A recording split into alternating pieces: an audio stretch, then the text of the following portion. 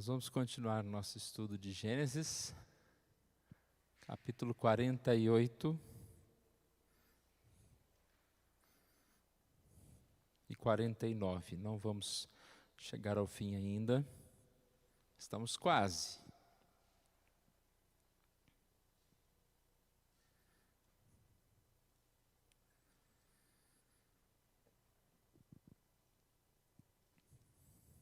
Semana passada, nós terminamos aqui no versículo 29 do 47. Aproximando-se, pois, o tempo da morte de Israel, chamou a José, seu filho. Então, o chamado de Jacó a José, para que José prometesse que iria levá-lo de volta, ou seja, enterrá-lo no Egito. Ele já sabia que ele morreria, não enterrá-lo no Egito, né? Que ele já sabia que ele morreria no Egito, mas ele queria ser enterrado lá junto com seus parentes. José respondeu: farei segundo a tua palavra. Vamos fazer uma oração? Obrigado, Senhor, pelos louvores. Obrigado, Senhor Deus, agora também por esse momento de estudo da tua palavra. Que o Senhor Deus nos dê capacidade de transmitir, de aprender e de aplicar, ó Deus, os teus estudos, para que possamos assim, ó Deus, crescer, ó Deus, no conhecimento, crescer na tua presença. Nós oramos em nome de Jesus. Amém. Nós vimos então que, passado esse momento, o capítulo 48 começa dizendo que, passadas essas coisas, disseram a José: teu pai está enfermo. Não há uma data específica aqui, né? Nós percebemos que, nós vimos que ele faz uma promessa ao seu pai e provavelmente ele vai embora. Tempo depois, ele tem a notícia de que Jacó está enfermo para a morte. José então vai até o seu pai, levando os seus dois filhos para serem abençoados, Manassés e Efraim. E chegando lá, eles se encontram, e é um momento em que José é abençoado por seu pai, e um momento em que Jacó também abençoa Efraim e Manassés. Curioso que Efraim e Manassés são filhos de José, mas nesse momento Jacó os adota como filhos seus. Sabemos que Jacó amava muito a Raquel, e quando Raquel morreu, uma das tristezas dele é não ter mais filhos. Só teve José e Benjamim com Raquel. Não ter mais filhos com Raquel. E quando ele fala: eu vou adotar os seus filhos, eles serão meus, a ideia aqui era não simplesmente algo figurado, mas era algo específico, como se de papel. Era a oportunidade que ele estava tendo de tanto ver José, que ele não imaginava mais ter, mas agora ter mais dois filhos. Isso era muito significativo para esses filhos, porque eles iriam receber a herança, mais do que uma herança material, a herança espiritual, fazer parte das tribos de Israel, fazer parte dessa história tão importante. José, então, é abençoado. Nós percebemos que ele tinha muitos netos, mas aí, então, ele escolhe Efraim e Manassés. O comentarista disse que ele tinha 52 netos. Eu não consegui contar não, né? Mas esses foram especiais para ele. Vamos ler aqui uma parte, então? Passadas essas coisas, disseram a José: teu pai está enfermo. Então José tomou consigo a seus dois filhos, Manassés e Efraim, e avisaram a Jacó: eis que José, teu filho, vem te ver, vem ter contigo. Esforçou-se Israel e assentou-se no leito. Disse Jacó a José: o Deus Todo-Poderoso me abençoou em Luz, na terra de Canaã, e me abençoou, e me disse: eis que te farei fecundo e te multiplicarei, e te tornarei multidão de povos, e a tua descendência darei a esta terra em possessão perpétua. Agora, pois, os teus 2 filhos que te nasceram na terra do Egito, antes que eu viesse a ti no Egito, são meus. Efraim e Manassés serão meus, como Rúben e Simeão. Mas a tua descendência, que gerarás depois deles, será tua, segundo o nome de um de seus irmãos, serão chamados na sua herança. Vindo, pois, eu de Padã, me morreu com pesar meu Raquel, na terra de Canaã, no caminho, havendo ainda pequena distância para chegar a Efrata. Sepultei-a ali, no caminho de Efrata, que é Belém. Então é o que eu acabei de narrar para vocês, né? É esse encontro. Você percebe aqui Jacó já bem fraco, ele teve dificuldade de sentar-se ali na cama, e se esforçou para conversar, e ele fala a José, no momento que ele fala com José: eu encontrei com Deus, Deus falou que vai me abençoar, e eu quero abençoar os teus filhos. José então traz os seus filhos, aqui por volta de 22 anos já tinha esses filhos de José, e traz para perto, né, dos seus filhos, e ele abraçou e os beijou, diz aqui no versículo 10, e há uma coisa curiosa que acontece. A ideia da bênção sempre é o primogênito, né, o primeiro. E quando Jacó chama os netos, ele já fala trocado, ele fala Efraim e Manassés. Ele fala, no lugar de falar primeiro o que nasceu antes, né, ele fala Efraim.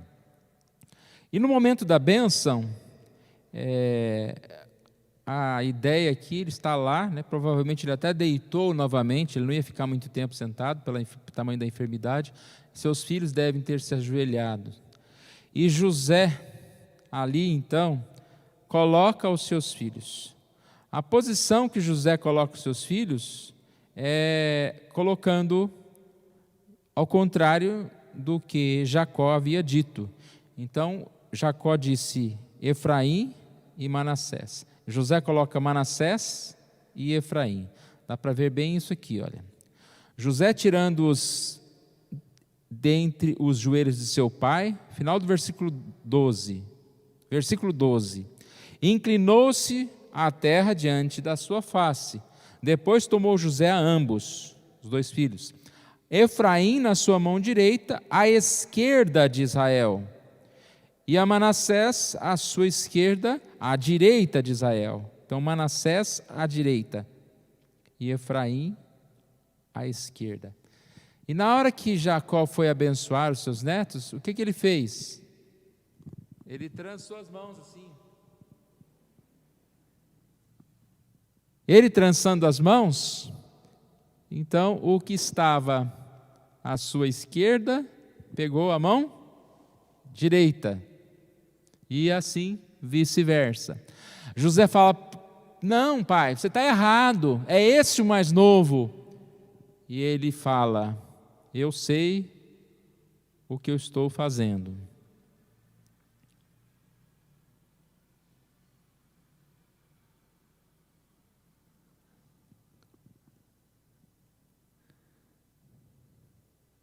Versículo 17: vendo José que seu pai pusera a mão direita sobre a cabeça de Efraim, foi-lhe isso desagradável, e tomou a mão de seu pai para mudar da cabeça de Efraim para a cabeça de Manassés. Não, pai, pois o primogênito é este, põe a mão direita sobre a cabeça dele. E aqui o versículo 19 que eu queria ler para os irmãos.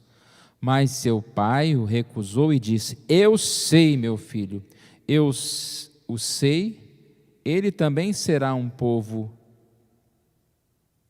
também ele será grande, contudo, o seu irmão menor será maior do que ele, e a sua descendência será uma multidão de nações. Então é interessante, né? Era Jacó e Esaú, a bênção foi trocada. E agora ele troca essa bênção também. Mas como ele diz, José, não fica bravo não, os dois serão muito abençoados. Eles nem deveriam estar ali fazendo parte desse grupo, mas eles serão muito abençoados. Então a gente vê já neste início um Jacó, lembra que na semana passada eu disse, um homem que passou por experiências as mais diversas, mas ele chega no final da sua vida como um homem abençoado, como um homem consciente do que está fazendo, como um homem que viveu e está morrendo diante de Deus. E aqui ele cumpre o papel, né, desse grande patriarca, que é abençoar os seus filhos. Primeiro ele fala com José, abençoa os filhos de José, e agora o capítulo 49 inteiro são as bênçãos de Jacó. Na verdade, bênçãos de Jacó são as bênçãos de Deus, são profecias de Jacó a respeito de seus filhos. E a primeira lição que a gente vai tomar aqui é que, vendo essas histórias, nós percebemos as consequências que cada filho sofreu, pela vida que levou, pelas as suas ações. Então, aquilo que você semear, isso também ceifará. A gente vê as dificuldades que eles vão encontrar. Aparentemente todos foram perdoados, mas eles só sofreram e vão sofrer. A conversa de Jacó com todos eles é uma conversa em que ele vai destacar alguns pontos, talvez até já acontecidos, mas também futuro. E aqui é uma bênção para todos, né? Não foi chamado um de cada vez. Todos ali estavam juntos e ouviram essas palavras. Também falam que é uma bênção e ao mesmo tempo antibênção. O que é a antibênção? É porque algumas palavras não foram muito boas, no sentido de que demonstraram acontecimentos ruins na vida daqueles filhos de Jacó. Então nós vamos ver o capítulo 49, começando aqui com Rúben.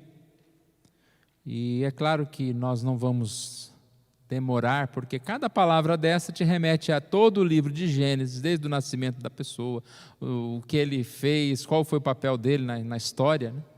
Então nós não vamos fazer isso. Vamos fazer alguns flashes aqui de cada um desses nomes, destacando uns um pouco a mais, outros um pouco menos. José, então, ele vai ser representado por Efraim e Manassés. Não aparece, né, a tribo de José. Aparece a tribo de Efraim, a tribo de Manassés. As demais tribos vão surgir agora, então. Capítulo 49. Chamou Jacó seus filhos e disse: ajuntai-vos. Olha que estavam juntos. Vos farei saber o que vos há de acontecer nos dias vindouros. Ele tem a autoridade de um patriarca, a autoridade de um profeta, ele tem a autoridade de pai. Ouçam, meus filhos, ouçam o que eu vou dizer.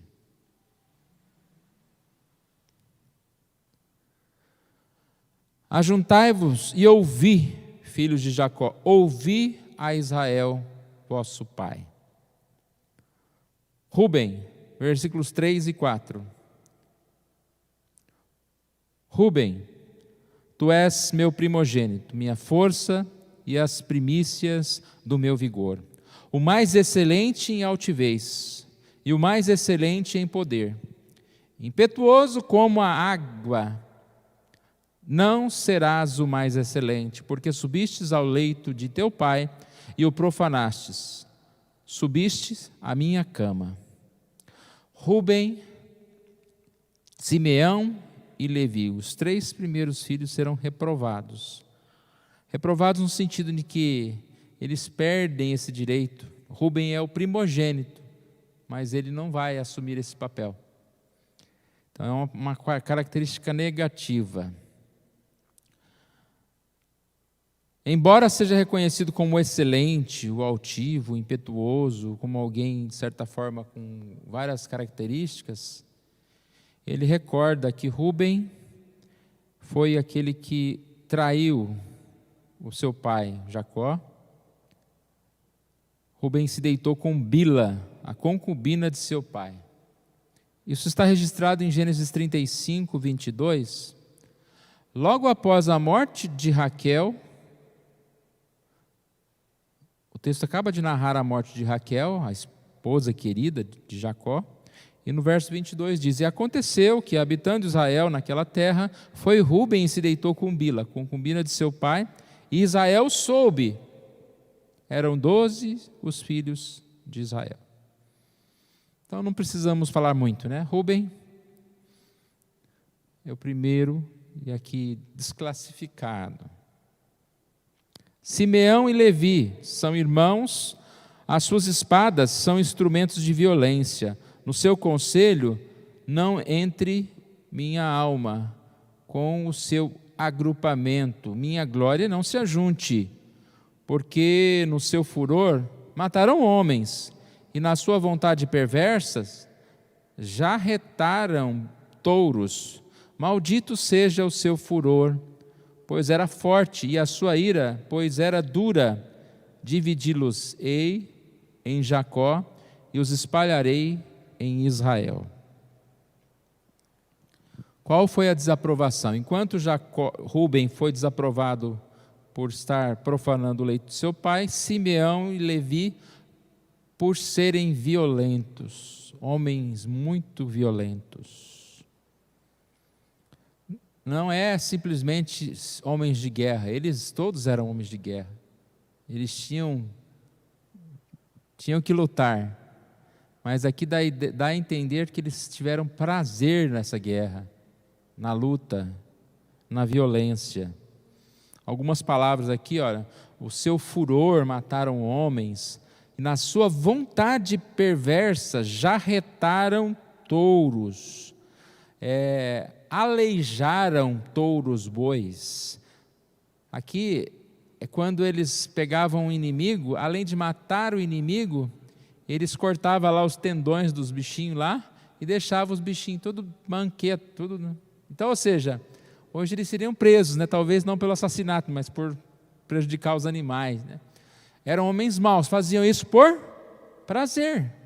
Vontade perversa, já retaram touros. Maldito seja o teu furor, a sua ira, pois era dura. E aqui essa frase, né, a sua ira era dura, está falando de vingança feroz.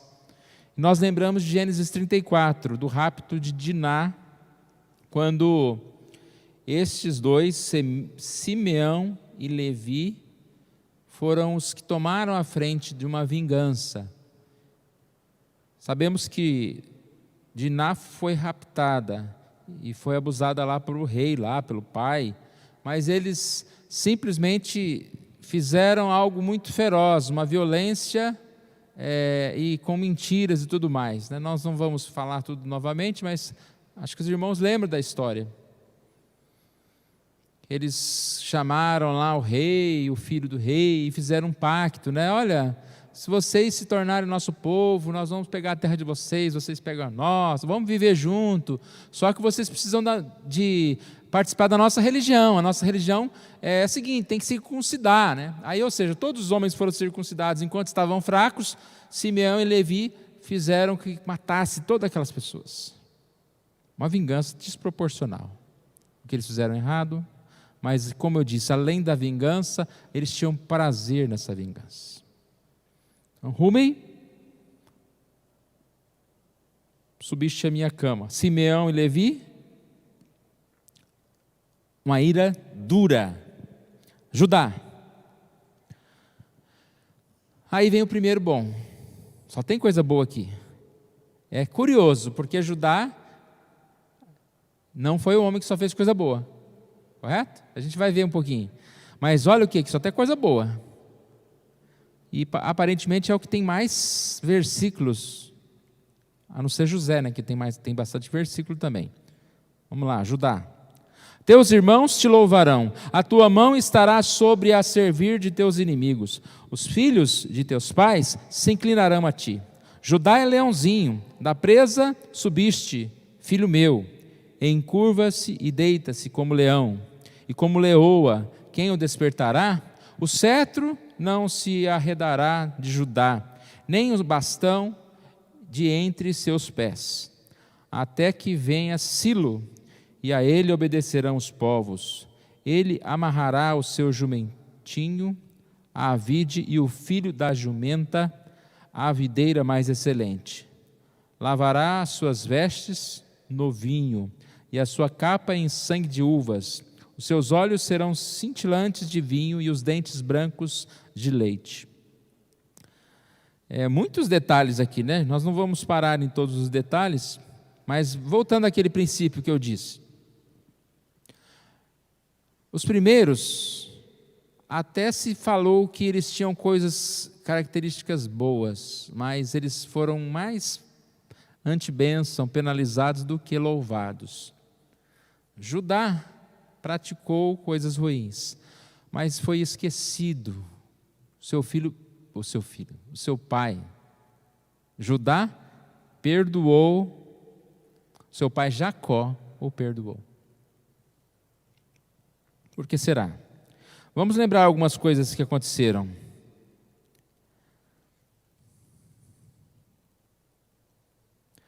Gênesis 38, um capítulo inteiro falando só sobre Judá. Lembra a história? Que ele se aparta dos seus, casou-se com uma cananeia e teve 3 filhos, Er, Onã e Selá.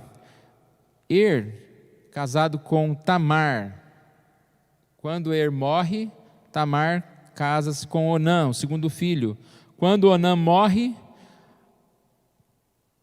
Tamar, ela é colocada de lado por Judá, e que a faz esperar.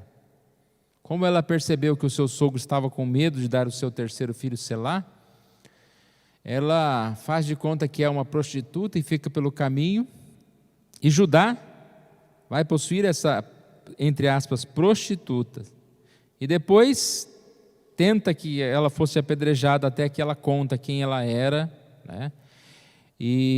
Ou seja, ele desprezou a Tamar, ele se afastou da sua família. Mas isso não foi pior. Mais à frente, Judá é aquele que oferece José para ser vendido. Ele que dá a ideia, lá, põe no poço, mata, aí Judá fala, não, vamos vendê-lo. Por que será que Jacó perdoaria essas coisas, não falaria dessas coisas? Porque também por Judá que a reconciliação foi realizada. Lembra que Judá se oferece no lugar de Benjamim? Judá se oferece a José, quando José diz que esse fica e vocês podem voltar, ele fala, não, fico eu. Nós até falamos, né, que Judá é o primeiro que se oferece com um tipo de Cristo, oferece a sua vida em favor de outro. Porque Jacó também poderia não ter importado, porque a história que a gente chamaria de torta foi a história que Deus conduziu para o bem. E Judá foi usado, mesmo que no lado negativo de vender José, mas foi usado para que José fosse até o Egito e assim fosse abençoado e salvasse toda a família e todo o planeta ali existente. Bom, não compete a nós saber o porquê disso e daquilo, mas a ideia aqui é que são os pecados da mocidade que foram perdoados. Aqui tem uma frase que eu acho que deve ter sentido para nós. Meu erro não me define. Não sei quantas pessoas viram isso, ouviram já essa frase, né? Ela tem valor, ela pode ser usada desde que aquele meu erro foi acertado com Deus e eu mudei de posição, de direção e de vida. Nós não podemos penalizar uma pessoa a vida inteira por algo que ela fez lá na mocidade, por algo que ela fez, sei lá, daqui 3, 5 anos, seja semana passada, sendo que se ela colocou-se diante de Deus e foi perdoada e demonstra essa atitude, quem somos nós para não perdoar? E acho que é mais ou menos isso que aconteceu aqui com Judá. É um exemplo de uma pessoa que cometeu atos errados, como tantos outros, né? Davi, um homem que pecou, e tantos outros, mas que foram perdoados e foram utilizados na frente para servir a Deus. Judá, então, dessas palavras todas que estão aqui, aparece muito leão, leãozinho, aparece algumas coisas que relacionam a questão de Jesus, e nós sabemos que Judá, ele é aquele que, de Judá, né, surgem os reis, e assim Davi, e ele é o leão da tribo de Judá, ou seja, Jesus é um dos que vem dessa tribo de Judá. Então, por isso aqui ele é destacado. Agora nós vamos mais rapidinho. 13, Zebulon habitará na praia dos mares e servirá de porto e de navios, e o seu limite se estenderá até Sidom. Eles não eram muito de fronteiras com mares, mas aqui dá a ideia de que Zebulon ia ter um tipo de trabalho que estaria perto do porto, né? Um tipo de trabalho aqui. E ele era um soldado experiente, alguém que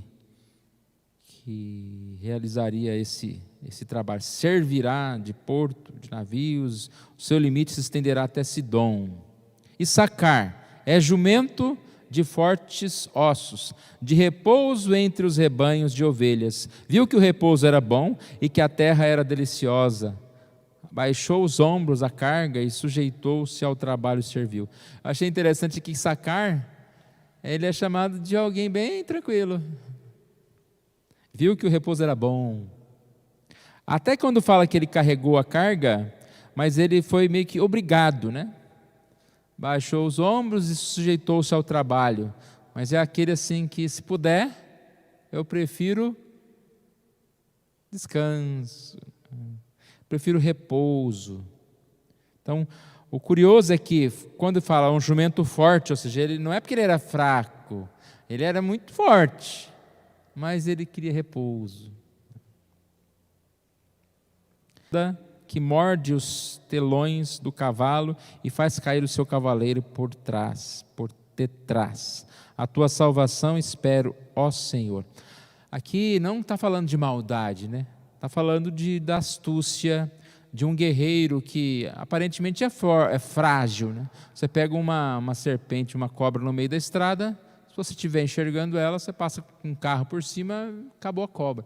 Mas se você estiver passando lá de cavalo, tranquilo, e ela vem e morde o seu calcanhar. Então é assim, está falando da força, no sentido de que, destacando ainda essa astúcia, essa sabedoria de guerrear. Gade, uma guerrilha o acometerá, mas ele a acometerá por sua retaguarda. Ou seja, alguém que vai enfrentar dificuldades, mas vai retalhar, vai conseguir vencer os seus inimigos. Aser, o seu pão será abundante, e ele motivará delícias reais. Fala sobre riqueza, né? Aser, um homem rico, um homem livre. Naftali é uma gazela solta, ele prefere palavras formosas. Aqui destacado também é interessante, aquele lá era um pouco preguiçoso, e esse aqui fala sobre alguém que gosta de festa, ele é alegre, ele é alguém que gosta de discursos. Então não é uma característica negativa também, mas é uma característica curiosa, né? Diferente. Aser é alguém que... Aser não, Naftali é alguém que gosta de festas, gazela solta, a ideia de alegria aqui. José é um ramo frutífero junto à fonte. Seus galhos se estendem sobre o muro, os flecheiros lhe dão amargura, atiram contra ele e o aborrecem. O seu arco, porém, permanece firme. Aqui não está falando de futuro, está falando do que já aconteceu na vida de José. O seu arco, porém, permanece firme, seus braços são feitos ativos, pelas mãos do poderoso de Jacó, sim, pelo pastor e pela pedra de Israel, pelo Deus de teu pai, o qual te ajudará, e pelo Todo-Poderoso, o qual te abençoará, com bênçãos dos altos céus, com bênçãos das profundezas, com bênçãos dos seios da madre. As bênçãos de teu pai excederão as bênçãos de meus pais até o cimo dos montes eternos. Estejam elas sobre a cabeça de José e sobre o alto da cabeça do que foi distinguido entre seus irmãos. Então, quando fala que atiraram flechas, né?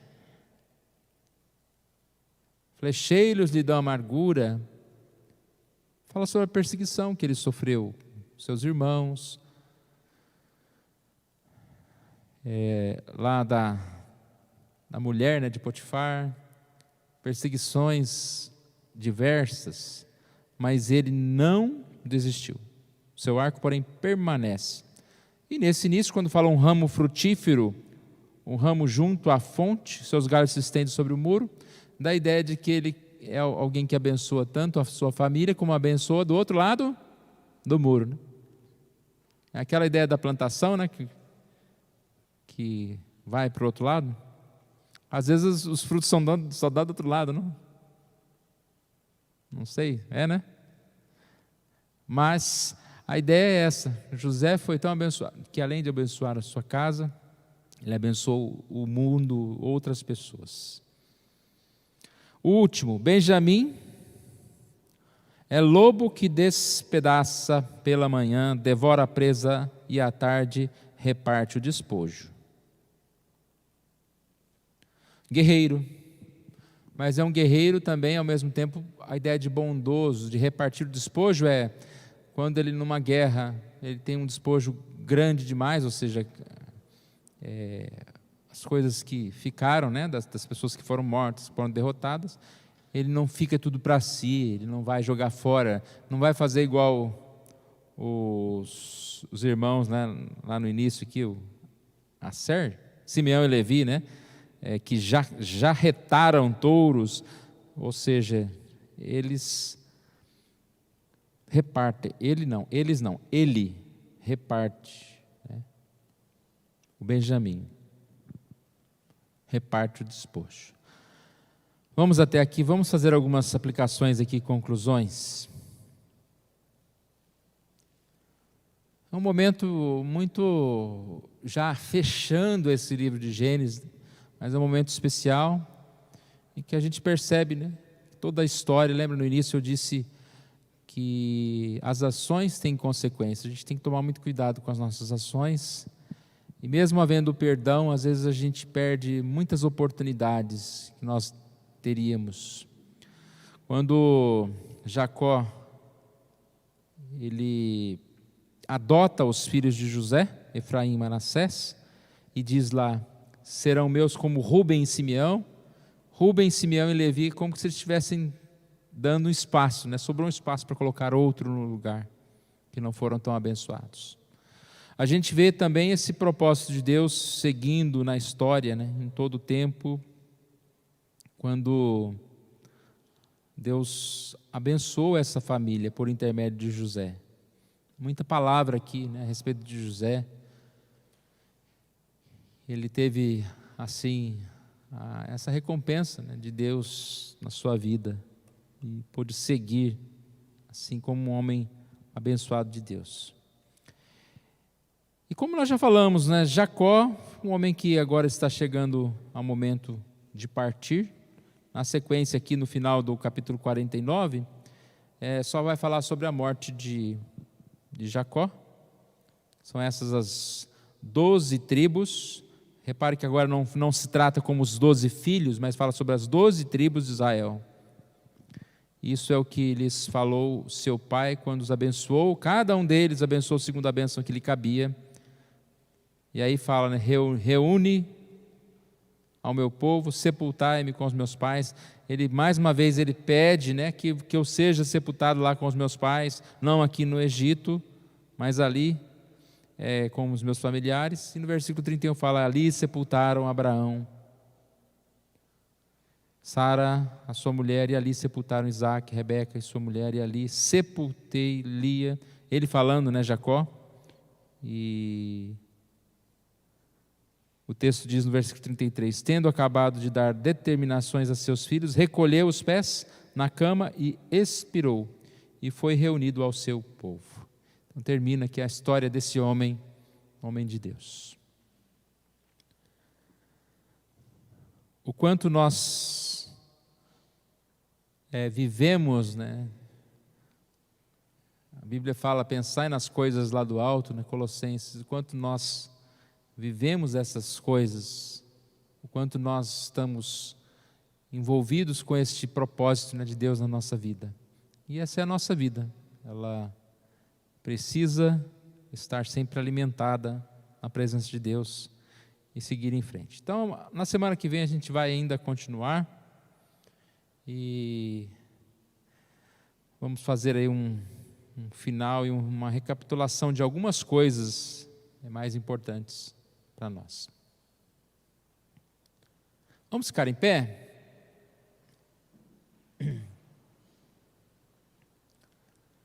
Pai querido, nós agradecemos a Ti, Senhor, por mais esse dia. Agradecemos a Ti pela chuva, agradecemos a Ti pela nossa vida, pelo sustento que se renova a cada dia. Obrigado, ó Pai, pelo momento de estudo da Tua Palavra. Que possamos conhecer mais e mais, que possamos estar ligados mais e mais, ó Deus, aos Teus conselhos e à Tua vontade, Senhor Deus. Sabemos que da mesma forma que cada um desses filhos de Jacó são importantes na história, o Senhor Deus tem colocado, tem levantado tantos outros no decorrer da história, ó Pai, para liderar e assim conduzir o Teu povo, ó Deus. Hoje, ó Pai, nós somos privilegiados em ter a Tua Palavra, em poder estudá-la, e que nós possamos também nos sentir parte desse povo que serve ao Senhor, que anuncia ao Senhor, que busca fazer o bem, ó Deus. E por isso é abençoado, por isso, ó Deus, tem renovado as forças diariamente. Obrigado, ó Deus, por isso. Obrigado, ó Pai, por cada um dos irmãos que está aqui hoje, por aqueles que podem também nos ouvir pela transmissão, e que o Senhor Deus esteja nos guardando, nos levando para as nossas casas, nos dando mais uma noite de descanso, ó Pai. Cuida da Tua igreja, Deus, cuida das nossas famílias, cuida do Teu povo, Pai. Nós oramos em nome de Jesus.